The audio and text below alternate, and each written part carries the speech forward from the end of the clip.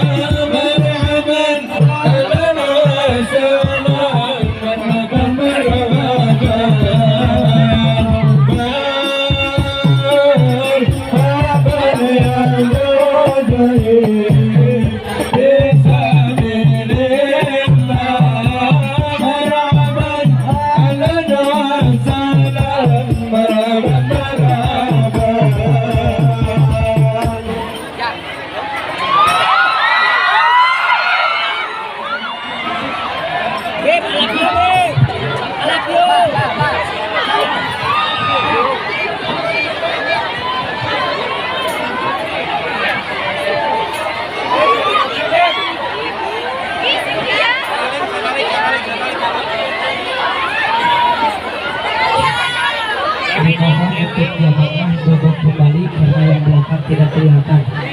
Dimohon untuk duduk, siap duduk, siap. Sok, caralik.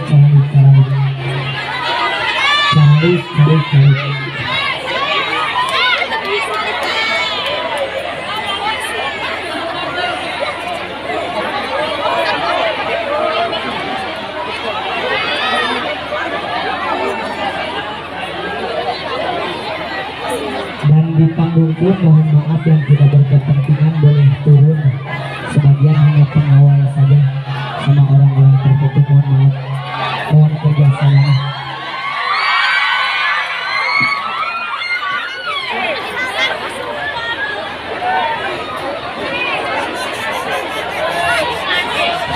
Dimohon untuk tenang.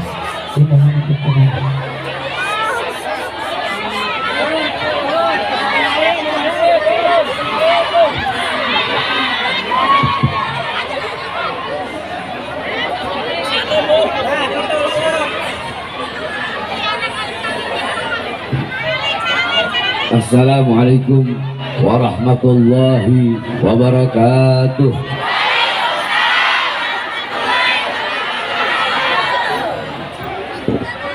Alhamdulillahil qawi sultanuh, al-wadihil burhanuh, al-mabsut fil wujud karamuhu wa ihsanuh. Allahumma salli wa sallim wa barik wa karrim wa azzim على نور الأنوار وسر الأسرار وترياك الأخيار ومفتاح باب اليسر سيدنا ومولانا محمد المختار وآله الأطهار وأصحابه الأخيار adada ni'amillahi wa ifdalih, amma ba'd. Yang saya cintai, yang saya muliakan, para alim ulama, para habaib, para kiai, para asatid, para tokoh masyarakat, para aparat pemerintah, wabil khusus pimpinan pondok pesantren An-Nuriyatus Salam Al-Ustadz Endang beserta seluruh keluarga besar pondok pesantrennya, seluruh murid-muridnya yang saya cintai, yang saya muliakan, segenap panitia peringatan Maulid Nabi besar Muhammad, sekaligus milad pondok pesantren An-Nuriyatus Salam yang ke-27, beserta seluruh hadirin hadirat, bapak-bapak, ibu-ibu, khususnya para pemuda-pemudi umat baginda Nabi besar Muhammad yang selalu dimuliakan oleh Allah Subhanahu wa taala. Saudara-saudara, sebelum saya mulai, saya harapkan kepada seluruh hadirin, khususnya ibu-ibu, tolong jangan ada yang ribut. Kalau ibu-ibu ribut, saya pulang sekarang. Tolong jangan ribut, saya tidak akan lama karena saya dalam keadaan tidak sehat. Saya hanya akan menyampaikan sedikit saja. Jadi tolong pasang kedua telinga, pasang hati, dan dengarkan sedikit nasihat yang akan saya sampaikan, walaupun sedikit, insya Allah bermanfaat. Bapak-bapak, ibu-ibu sekalian yang dimuliakan oleh Allah Subhanahu wa taala, kita duduk pada pagi hari yang mulia ini. Kita duduk di majelis yang penuh dengan kemuliaan, yang penuh dengan keutamaan. Saudara-saudara, majelis seperti ini, perkumpulan kita pada pagi hari yang mulia ini, inilah majelis-majelis dan perkumpulan peninggalan baginda Nabi besar Muhammad. Ibu-ibu jikalau ingin lihat, bapak-bapak, ibu-ibu pengen lihat seperti apa perkumpulan baginda Nabi besar Muhammad, maka perkumpulan Nabi Muhammad seperti berkumpulnya kita duduk di majelis ini. Sebab Nabi Muhammad SAW, beliau tidak mewariskan harta, pangkat, jabatan, tahta, kekuasaan, dinar, dirham. Bukan itu warisan Nabi Muhammad. Warisan Nabi Muhammad majlis-majlis ilmu, majlis-majlis zikir, majlis-majlis salawat, para ulama, para ustadz, para kiai, orang-orang soleh, para habaib. Inilah warisan baginda Nabi besar Muhammad. Kita duduk di sini untuk mengambil warisan Nabi Muhammad. Ketika kita mendapatkan warisannya Nabi, maka tidak ada warisan yang lebih berharga, tidak ada warisan yang lebih mulia, tidak ada warisan yang lebih mahal selain daripada warisan baginda Nabi besar Muhammad. Abu Hurairah radhiyallahu anhu, ketika itu Abu Hurairah pergi ke pasar. Abu Hurairah berkata, wahai orang-orang pasar, di masjid sedang dibagi-bagikan warisan Nabi Muhammad. Orang-orang yang ada di pasar yang berdagang menutup dagangannya, berhenti berdagang. Yang punya toko menutup tokonya. Mereka datang berbondong-bondong pergi ke pasar, saudara-saudara. Ketika apa, mereka orang-orang pasar datang berbondong-bondong pergi ke masjid. Ketika mereka sampai di masjid, mereka berkata, wahai Abu Hurairah, mana katamu sedang dibagi-bagikan warisannya Nabi? Kami tidak melihat dibagikan pakaiannya Nabi. Kami tidak melihat sedang dibagikan hartanya Nabi, pedangnya Nabi, sorbannya Nabi, imamahnya Nabi. Yang ada hanyalah halakoh-halakoh, lingkaran, perkumpulan-perkumpulan orang yang sedang menuntut ilmunya Allah Subhanahu wa ta'ala. Apa kata Abu Hurairah? Majlis-majlis ilmu, majlis-majlis zikir, itulah warisan baginda Nabi besar Muhammad. Jadi warisan Nabi Muhammad seperti pada pagi hari yang mulia ini, saudara-saudara. Ini warisan Nabi Muhammad SAW.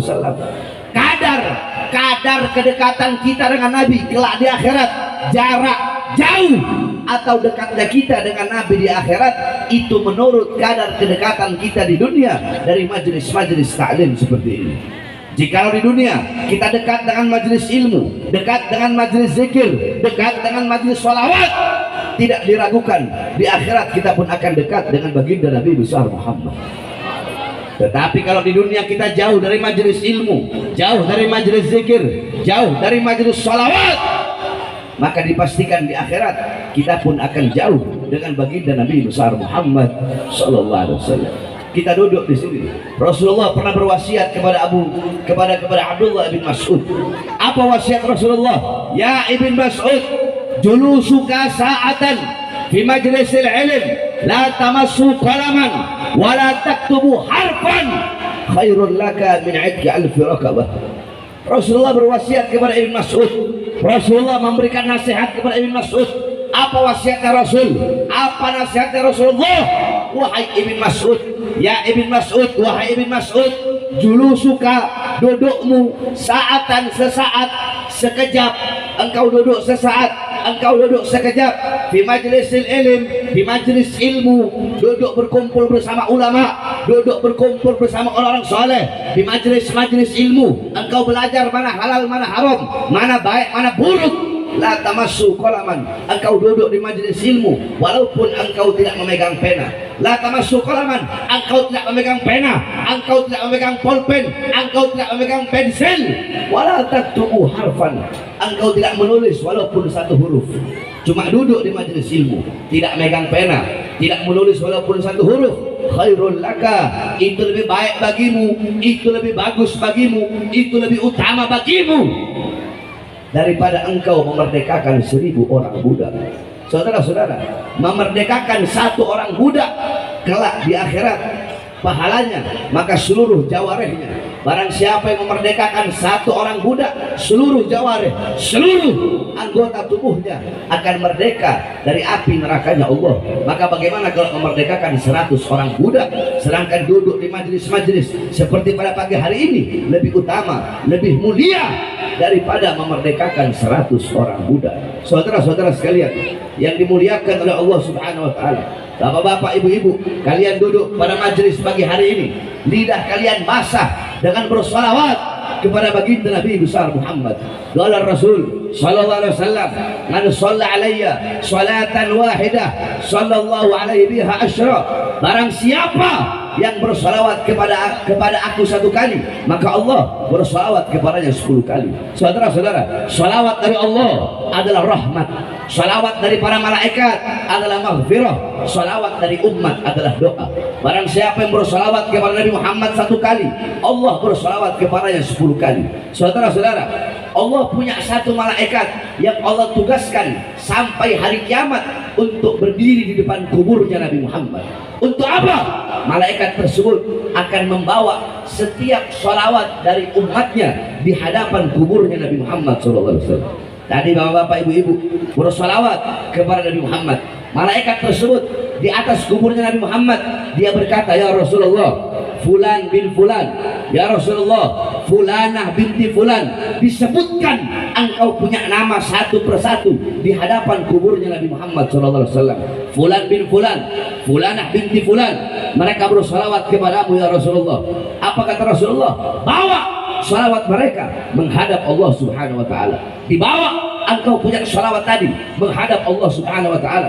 Malaikat berkata, "Ya Allah, fulan bin fulan, fulanah binti fulan bersalawat kepada kekasihmu Muhammad." Apa kata Allah Subhanahu wa taala? Akan aku ciptakan dari setiap 1 huruf dari salawat yang mereka baca.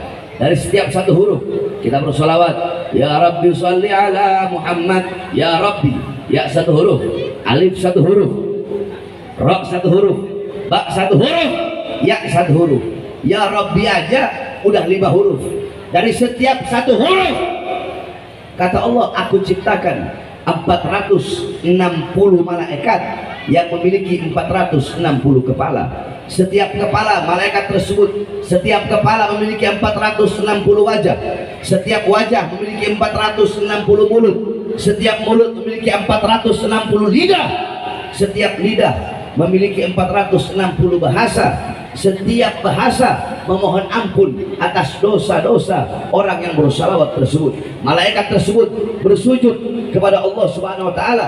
Dia bersujud dan dia tidak akan mengangkat kepalanya sebelum Allah mengampuni dosa-dosa orang yang lidahnya basah dengan bersalawat kepada baginda Nabi besar Muhammad sallallahu alaihi wasallam. Tadi kita duduk di sini bersalawat kepada baginda Nabi besar Muhammad sallallahu alaihi wasallam. Oleh karenanya, bapak-bapak, ibu-ibu sekalian yang dimuliakan oleh Allah Subhanahu wa taala, wasiat saya, nasihat saya, ini zaman akhir zaman. Janganlah engkau jauh dari ulama, jangan engkau jauh dari orang-orang soleh, jangan engkau jauh dari para habaib, jangan engkau jauh dari para kiai, jangan engkau jauh dari para ustadz, jangan engkau jauh dari para ajengan. Ikutilah beliau-beliau, karena beliau-beliau adalah pewaris daripada baginda Nabi besar Muhammad sallallahu alaihi wasallam. Khususnya engkau para pemuda-pemudi, engkau para pemuda-pemudi jangan jauh dari baginda Nabi besar Muhammad. Jadilah engkau pemuda-pemudi baginda Nabi besar Muhammad, pemuda-pemudi yang memperjuangkan agama Nabi Muhammad, pemuda-pemudi yang menegakkan ajaran Nabi Muhammad, pemuda-pemudi yang selalu mengibarkan panji-panji Nabi Muhammad sallallahu alaihi wasallam. Di sini banyak para ibu-ibu. Saya wasiatkan kepada kalian, wahai kalian para ibu-ibu, engkau adalah madrasatul ula, muallimah, mudarrisah, muaddibah lil abna. Kalian adalah madrasah pertama, guru pertama, ustadz pertama, kiai pertama, pondok pesantren pertama, sekolah pertama bagi putra putri kalian adalah kalian sebagai seorang ibu. Bukankah dalam Al-Quran Allah berfirman, nisa'ukum harsul lakum, wanita-wanita kalian adalah ladang bagi kalian. Kami laki-laki yang bercocok tanam, kalian para perempuan adalah ladangnya. Jikalau para laki-laki bercocok tanam di ladang yang baik, maka hasilnya bakal baik. Tetapi kalau laki-laki bercocok tanam di ladang yang rusak, di ladang yang kering kerontang, maka hasilnya pun bakal rusak. Ibu-ibu, kalian adalah guru pertama. Baik buruknya anak tergantung daripada ibunya. Kalau ibunya salehah, alimah, abidah, zahidah, wari'ah, maka anak-anaknya akan menjadi anak-anak yang soleh dan soleha, alim dan alimah, abid dan abidah. Ibu-ibu sekalian, coba engkau lihat Hadramut. Hadramut melahirkan para ulama, Hadramut melahirkan para aulia, Hadramut melahirkan orang-orang soleh. Wali Songo yang datang bawa Islam ke Indonesia, itu para wali Songo berasal dari Hadramut. Kenapa? Hadramut melahirkan para ulama, Hadramut melahirkan para aulia. Karena itu Hadramut, karena Hadramut, perkara-perkara Hadramut melahirkan ulama, melahirkan aulia, itu tidak bisa dilepaskan daripada kepribadian wanita-wanita yang ada di sana. Ibu-ibu mau tahu bagaimana perempuan-perempuan yang ada di Hadramut, wanita-wanita yang ada di Hadramut, seumur hidup mereka keluar rumah cuma 3 kali, ibu-ibu. Seumur hidup keluar rumah cuma 3 kali. Pertama, ketika mereka masih kecil, keluar bersama bapaknya. Kedua, ketika mereka menikah, keluar dari rumah orang tuanya menuju rumah suaminya. Ketiga, ketika mereka mati, keluar dari rumahnya menuju diantar ke kuburnya. Perempuan-perempuan di Hadramut melahirkan para ulama. Anak-anak kecil di Hadramut umur 7 tahun hafal Quran, umur 9 tahun hafal Minhajut Talibin Al-Imam An-Nawawi. Bahkan para pedagang-pedagang yang ada di Hadramut, yang jualan ikan, yang jualan gandum, yang jualan roti di pasar-pasar, seluruh pedagang yang ada di pasar, mereka nggak boleh dagang kalau belum hatam 3 kali kitab Minhaj Al-Imam An-Nawawi. Pertanyaannya, kenapa bisa begitu luar biasa anak-anak yang ada di Hadramut? Itu tidak terlepas dari kepribadian ibunya. Ibu mau tahu, dulu di Hadramut ada seorang wanita, Syekhah Al-Amudi. Wanita tersebut pernah mensyarahkan kitab Minhaj Al-Imam An-Nawawi. Ketika beliau mensyarahkan kitab Minhaj, di akhir syarahnya beliau memberikan ta'liq, memberikan komentar yang isinya, tolong dikasih maaf, tolong dikasih uzur kalau ada kata-kata yang salah, karena aku mensyarahkan ini kitab dalam keadaan menyusui anak-anakku. Coba ibu-ibu lihat, perempuan di Hadramut, mereka lagi nyusuin anak sambil mensyarahkan kitab Minhaj. Gak heran anak-anaknya umur 7 tahun sudah hatam kitab Minhaj.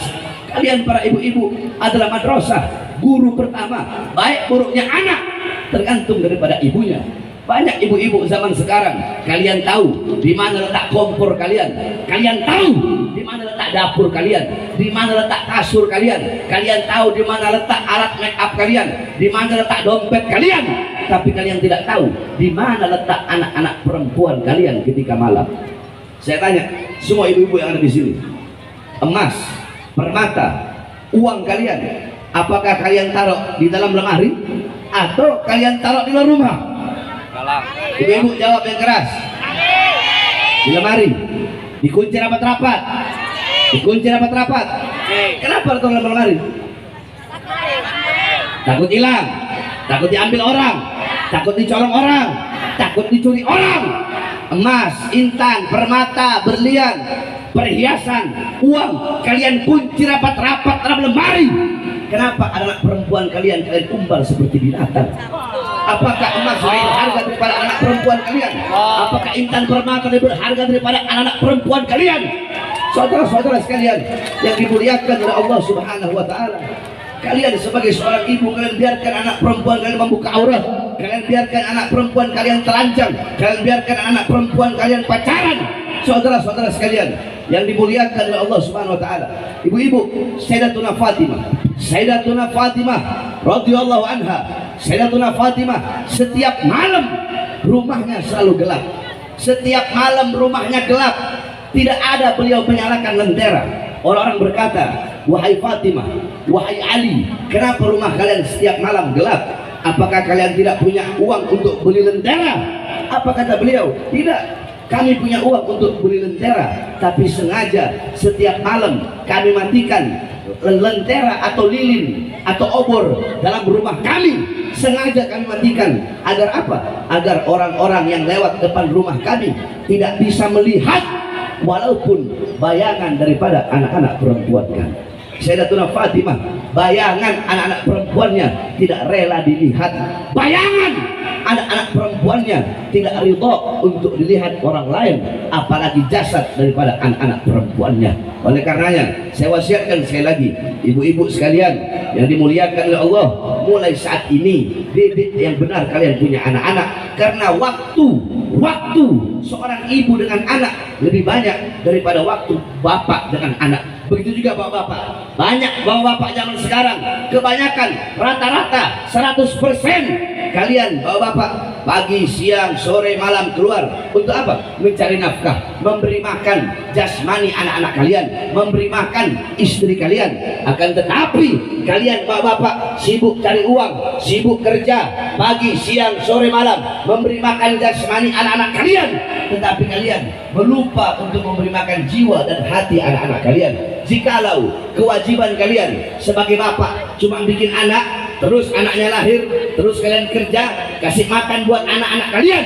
Kalau kewajiban bapak, kewajiban orang tua cuma memberi makan jasmani anak-anaknya, apa bedanya dengan binatang, saudara-saudara? Kalian belum bangun, binatang sudah bangun lebih dulu mencari makan untuk anak-anaknya. Ada yang lebih wajib bagi kalian untuk memberi makan, yaitu memberi makan jiwa dan hati anak-anak kalian. Makanya jangan heran kenapa anak-anak kalian zaman sekarang cium tangan di pipi, cium tangan di dahi, padahal harusnya seorang anak itu cium tangan di bawah hidung. Di bawah hidung, bukan hanya ditempel, tapi harus dihirup. Itu yang diajarkan Nabi Muhammad SAW. Tapi kenapa anak-anak kalian cium tangan di pipi, cium tangan di dahi? Anak-anak kalian melotot kepada kalian, anak-anak kalian membantah perintah kalian, anak-anak kalian melawan kalian, karena kalian sebagai orang tua sibuk dengan urusan dunia, sehingga tidak pernah mendidik anak-anak kalian dengan pendidikan baginda Nabi besar Muhammad SAW. Coba lihat anak-anak zaman sekarang. Anak-anak zaman sekarang, kalian lihat pagi, siang, sore, malam sibuk dengan media sosial, sibuk dengan handphone. Saya tanya ibu-ibu, jawab yang keras. Anak-anak kalian lebih banyak pegang handphone atau pegang Quran? Lebih banyak pegang handphone atau pegang Quran?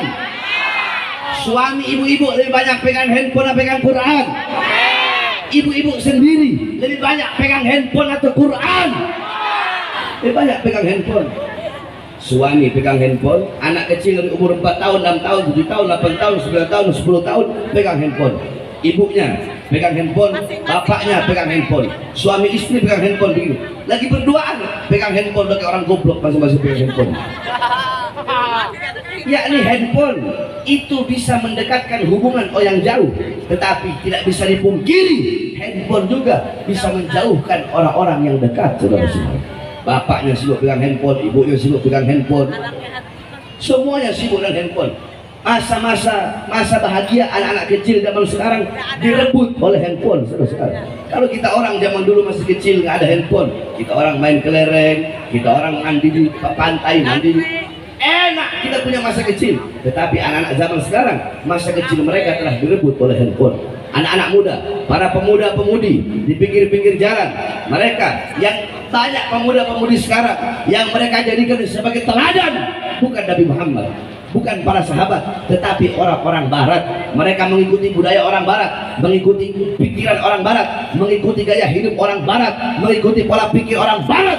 Mereka memakai pakaian-pakaian orang barat, meninggalkan pakaian baginda Nabi besar Muhammad Sallallahu Alaihi Wasallam. Perkara ini telah Nabi Muhammad sampaikan 1400 tahun yang lalu. Makanya kami tidak heran kenapa banyak anak-anak muda sekarang melenceng, bermaksiat, berbuat dosa.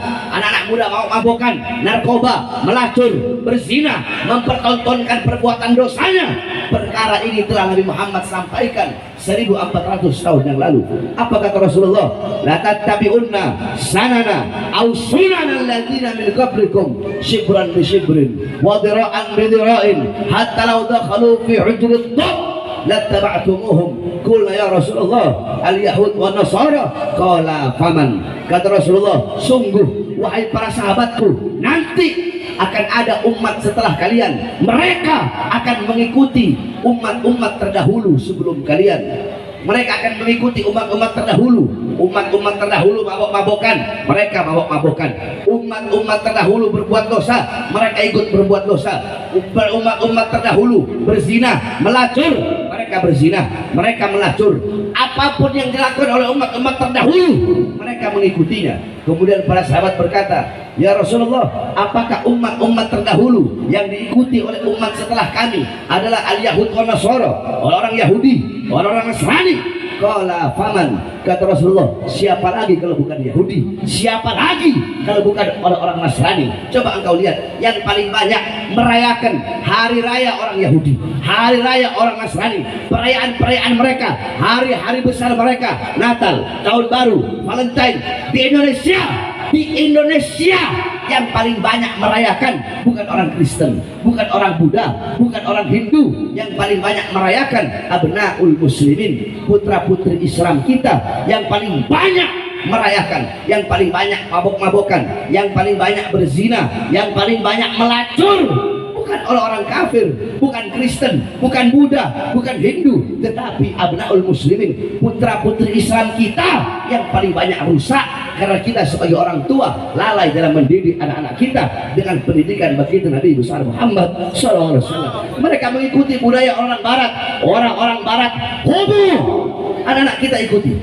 Mereka ikuti homo, orang-orang barat lesbi, mereka ikuti lesbi. Saudara-saudara, saya mendengar kabar di Garut udah ada sekitar 10.000 lebih LGBT yang ada di Garut, saudara-saudara. Kenapa? Garut banyak pondok-pondok pesantren, Garut banyak masjid, Garut banyak ulama, Garut banyak para kiai. Akan tetapi kenapa bisa 10.000 LGBT homo? Bukankah Rasulullah SAW beliau telah berkata, ibu-ibu, bapak-bapak, Allah menciptakan semuanya berpasang-pasangan. Ada siang, ada siang, ada matahari di kala siang, ada bulan di malam hari. Kemudian ada lautan, ada daratan. Nah, ada laki-laki, ada perempuan. Allah ciptakan Adam dan Hawa, bukan Adam sama Asep, bukan. Allah ciptakan Adam untuk Hawa, dan Allah ciptakan Hawa untuk Adam, bukan Adam sama Asep, saudara-saudara. Makanya Rasulullah melaknat perbuatan tersebut. Apa kata Rasulullah? La'anallah man amila amala qaum Lut thalatha marrah. Sungguh Allah melaknat 3 kali laknat bagi orang-orang yang melakukan perbuatan-perbuatan kaum Nabi Allah Lut, saudara-saudara. Sampai-sampai dalam hadis Rasulullah sangat tegas. Apa kata Rasulullah? Kata Rasulullah, man wajadtumuhu barang siapa yang menemukan mereka. Siapa mereka? Ya'malu amala qaumi Lut faqtulu al-fa'il wal maf'ul bih. Barang siapa yang menemukan mereka, orang-orang yang melakukan perbuatan kaum Nabi Allah Lut, yakni homo, yakni lesbi, faqtulu, kata Rasulullah, maka bunuhlah al-fa'il wal maf'ul bih, orang yang memasuki dan orang yang dimasuki. Saking begitu keras Rasulullah terhadap LGBT. Oleh karenanya saudara-saudara sekalian yang dimuliakan oleh Allah, makanya banyak Allah berikan bencana, banyak Allah berikan musibah kepada bangsa kita, kepada negeri yang kita cintai. Kenapa? Karena terlalu banyak perbuatan dosa dan perbuatan maksiat yang kita lakukan di muka buminya Allah Subhanahu wa taala. Makanya kalau ada bencana, kalau ada musibah, gempa bumi di Cianjur, tsunami di Aceh, kemudian tanah longsor, tsunami di Palu, kebakaran dan lain-lainnya, kalau ada bencana, kalau ada musibah, jangan engkau bertanya kepada Allah. Bukankah Allah berfirman, ma asabakum min musibatin fabima kasabat aydikum, apa-apa yang menimpa kalian daripada musibah, daripada gempa bumi, daripada tsunami, daripada tanah longsor, seluruh musibah yang menimpa kalian itu akibat perbuatan tangan kalian. Makanya kalau ada gempa bumi, kalau ada tsunami, kalau ada musibah, kalau ada bencana, jangan bertanya kepada Allah, ya Allah, kenapa kau kasih gempa bumi? Ya Allah, kenapa kau kasih bencana? Kau kasih tsunami? Kenapa air laut engkau tumpahkan ke muka bumi? Ya Allah, ya Allah, kenapa bumi engkau goyang? Jangan bertanya kepada Allah, tapi tanyakan kepada diri kita masing-masing. Tanyakan kepada orang tua kita, tanyakan kepada putra-putri kita, tanyakan kepada para guru-guru agama, tanyakan kepada para ustadz, tanyakan kepada para kiai, tanyakan kepada para habaib, tanyakan kepada para ulama-ulama, tanyakan kepada takmir-takmir masjid, tanyakan kepada pendiri-pendiri dan pemimpin pondok-pondok pesantren, tanyakan kepada para pemimpin-pemimpin majelis taklim, tanyakan juga kepada para pejabat, kepada para pemerintah, tanyakan kepada RT, RW, lurah, camat, bupati, wali kota, menteri, presiden, tanyakan kepada para ulama, tanyakan kepada para pejabat, para pemerintah, perbuatan dosa apa, perbuatan maksiat apa, perbuatan dosa apa, perbuatan maksiat apa yang mereka lakukan sehingga mengundang bencana dari Allah bagi bangsa, negara dan rakyat Indonesia. Saudara-saudara, tanyakan kepada para ulamanya, para ustadznya, para kiainya, para habibnya, tanya sama para ulama, maksiat apa yang mereka lakukan, ketaatan apa yang mereka tinggalkan. Tanyakan kepada para ulama, kenapa ulamanya jadi ulama-ulama penjilat, kenapa ulamanya jadi ulama-ulama penjilat pejabat, jadi ulama penjilat pemerintah, kenapa ulama-ulamanya menghalalkan yang haram, mengharamkan yang halal, kenapa para ulama-ulamanya menjual ayat-ayat Allah demi kepentingan perutnya, kenapa para ulama-ulamanya menukar kehidupan akhiratnya demi kehidupan dunianya, kenapa para ulama-ulama menjadi kera-kera bersorban. Tanyakan kepada para pejabat, tanyakan kepada para pemerintah, tanyakan berapa banyak maksiat yang mereka lakukan, berapa banyak harta rakyat yang mereka korupsi, berapa banyak uang rakyat yang mereka curi. Kenapa keadilan tidak mereka tegakkan sehingga perkara itulah yang mengundang bencana dan musibah dari Allah bagi seluruh bangsa dan rakyat Indonesia.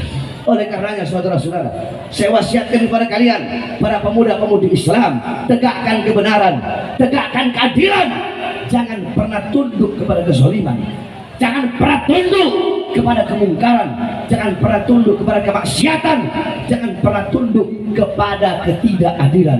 Saudara-saudara, bapak-bapak, ibu-ibu, saya berkali-kali keluar masuk penjara. 2009 saya di penjara, 2010 di penjara, 2011 di penjara, 2012 di penjara, 2018 di penjara, 2020 keluar, baru 2 hari masuk lagi di bawah Nusa Kambangan. 2021 bebas, baru 1 bulan masuk lagi kemarin di Bandung, Pulau Jawa Barat 7 bulan, baru bebas. Saya baru bebas sekitar 3-4 bulan yang lalu. Saudara-saudara, kenapa saya keluar masuk penjara? Bahkan tahun 2018 saya masuk, 2020 saya keluar, ibu-ibu, baru 2 hari, baru 2 hari saya bebas. Saya udah masuk, dibawa ke Nusa Kambangan sana, di borgol saya punya tangan, di borgol saya punya perut, dan di borgol saya punya kaki. Pertanyaannya, diborgol tangan saya, diborgol perut saya, diborgol kaki saya. Apakah saya seorang penjahat besar? Apakah saya seorang bandar narkoba? Apakah saya seorang pelacur? Apakah saya makan uang rakyat? Apakah saya makan harta rakyat? Apakah saya menjual aset negara? Ibu-ibu mau tahu kenapa saya ditahan dibawa ke Nusa Kambangan? Baru 2 hari saya bebas. Katanya ceramah saya provokasi. Katanya ceramah saya ceramah meresahkan masyarakat. Pertanyaannya, apa isi ceramah saya yang katanya meresahkan masyarakat? Pertanyaannya, apa isi ceramah saya yang katanya memprovokasi? Ibu mau tahu apa isi ceramah saya yang menyebabkan saya 2 hari bebas langsung ditahan lagi? Saya sampaikan kepada kalian apa isi ceramah saya. Saya baru bebas siang saya bebas. Habis maghrib langsung saya ceramah. Padahal saya tahu kalau saya ceramah risikonya saya bakal ditahan lagi, saya bakal dipenjara. Tetapi saya telan itu risiko mentah-mentah, saudara-saudara. Apa isi ceramah saya? Waktu itu lagi awal-awal corona, awal-awal covid, semua lagi PSBB. Ketika itu saya ceramah, saya pegang mic di hadapan puluhan ribu umat. Apa yang saya sampaikan? Saya sampaikan, wahai presiden, wahai pejabat, wahai aparat, wahai pemerintah, kenapa rakyat dan masyarakat kalian kurung dalam rumah, tidak boleh keluar, tetapi tidak kalian beri mereka makan, tidak kalian beri mereka minum, tidak kalian butuhi kebutuhan pokok mereka? Wahai para pemerintah, wahai para pejabat, mal-mal besar, perusahaan-perusahaan besar milik asing tetap buka di masa pandemi corona, tetapi warung-warung kecil milik pribumi kenapa kalian tutup? Wahai para pejabat, wahai para aparat, wahai pemerintah, berapa banyak anak-anak muda Indonesia, berapa banyak masyarakat dan rakyat Indonesia pengangguran, tidak punya kerjaan, tetapi tenaga kerja terus kalian kirim dari Cina ke daerah Sulawesi Tenggara. Saudara-saudara, itu ceramah dianggap memprovokasi, itu ceramah dianggap meresahkan. Saya tanya, masuk akal apa tidak ceramah itu? Ceramah itu dianggap meresahkan, masuk akal tidak? Saya tanya, di sini masyarakat semua, masyarakat kan, rakyat kan? Saya tanya, wahai masyarakat yang ada di sini, wahai rakyat yang ada di sini, ceramah tadi saya itu siapa yang saya bela? Diri saya atau rakyat? Siapa yang saya bela? Siapa yang saya bela? Siapa yang saya bela? Yang saya bela rakyat yang susah, rakyat yang menderita, rakyat yang kelaparan, rakyat yang menderita. Saudara-saudara, saya Pak Harvey Alden Smith bersumpah demi Allah, di penjara hanyalah risiko yang kecil. Jangankan di penjara, saudara-saudara, jangankan diborgol tangan saya, perut saya, kaki saya, demi bangsa, demi agama, demi rakyat Indonesia. Jangankan hanya di penjara, nyawa saya, jiwa saya, darah saya murah harganya untuk tumpah, saudara-saudara. Saya tidak akan pernah kapok, saya tidak akan pernah capek, saya tidak akan pernah lelah untuk menyampaikan kebenaran dan menegakkan keadilan. Walaupun lidah saya harus dipotong, walaupun saya harus diracun, walaupun saya harus mati terbunuh, tidak ada masalah, saudara-saudara. Kami para habaib, kami para anak cucu Rasulullah, jiwa kami adalah jiwa pejuang.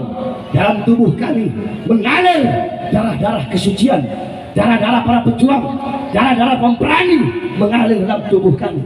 Kakek-kakek kami sudah biasa dibunuh, saudara-saudara. Kami punya kakek Sayyidina Ali bin Abi Thalib, beliau mati dibunuh, ditikam dari belakang ketika beliau sedang sholat, wafat terbunuh. Kami punya kakek Sayyidina Hasan, mati diracun sampai isi perutnya keluar dari mulutnya. Kami punya kakek Sayyidina Husain, dipenggal kepalanya, terpisah kepala dengan jasadnya. Kenapa beliau-beliau mati? Kenapa kakek-kakek kami dibunuh? Karena beliau-beliau yang berada di barisan paling depan untuk melawan kezaliman para pemerintah, saudara-saudara. Nah, darah-darah beliau mengalir di dalam tubuh kami sehingga kami tidak akan pernah mundur walaupun satu langkah. Saudara-saudara, saya Bahar bin Smith, saya sampaikan kepada mereka, para pengkhianat-pengkhianat bangsa.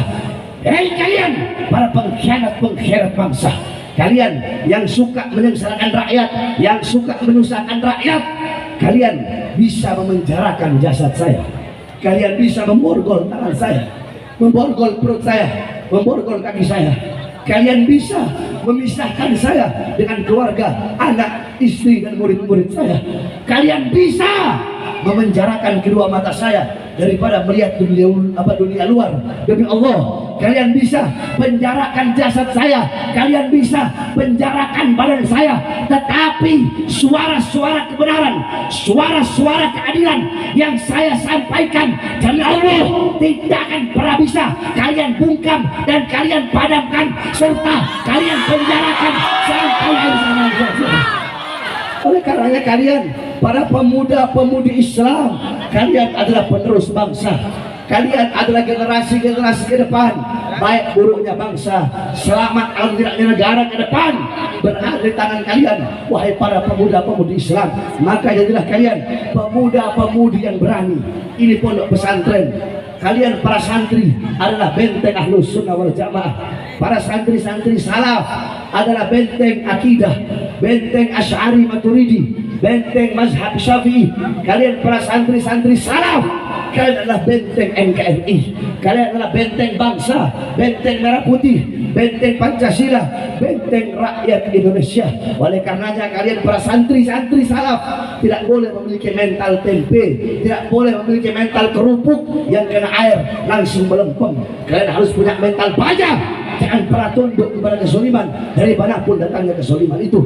Teruslah berjuang walaupun kalian dihina, dicaci, dimaki, dimusuhi, diasingkan orang-orang yang mencaci, yang memaki, yang memusuhi. Jangan kalian jadikan mereka sebagai air yang memadamkan semangat kalian, wahai para santri-santri. Tetapi mereka yang menghinamu, yang mencacimu, yang memakimu, yang meremehkanmu, jadikan mereka sebagai bara api yang menambah semangatmu untuk berjuang, memperjuangkan agama, bangsa, negara, dan rakyat Indonesia. Sampaikan kepada mereka, orang-orang yang mengkhianati bangsa, yang mengkhianati rakyat, kami para santri-santri salaf, kami para santri-santri yang berada di kobong-kobong bambu, dan Allah, kami bersumpah selama darah kami masih merah, tulang kami masih putih, merah putih, maka selama itu kami para santri-santri yang pakai sarung akan berada di barisan paling depan,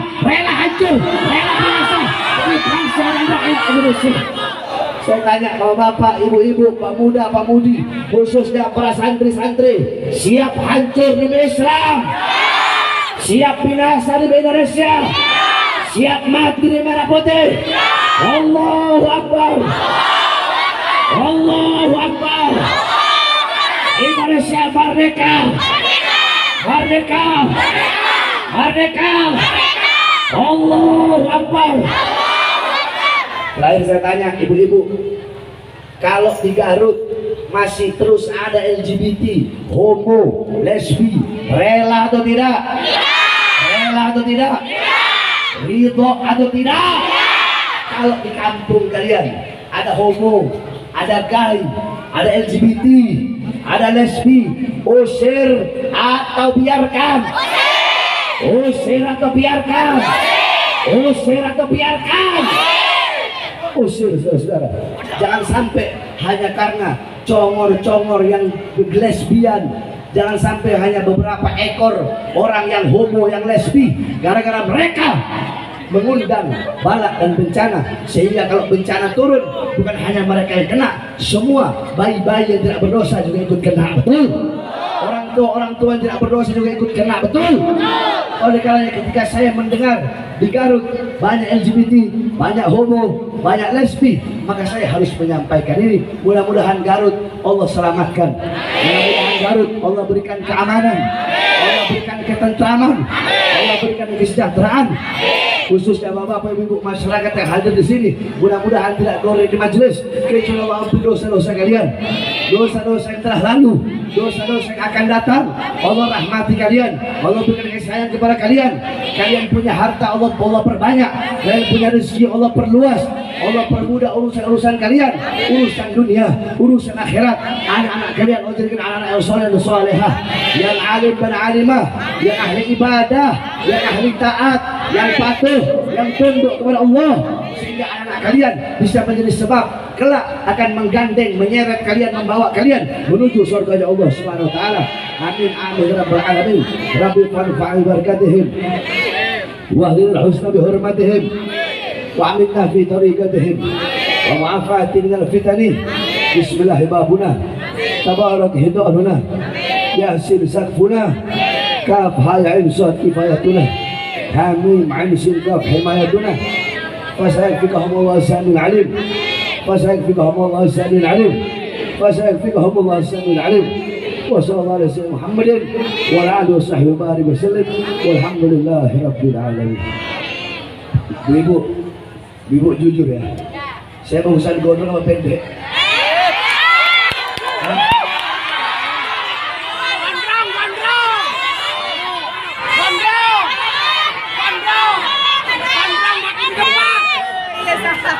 Ibu-ibu, saya tanya yang lain.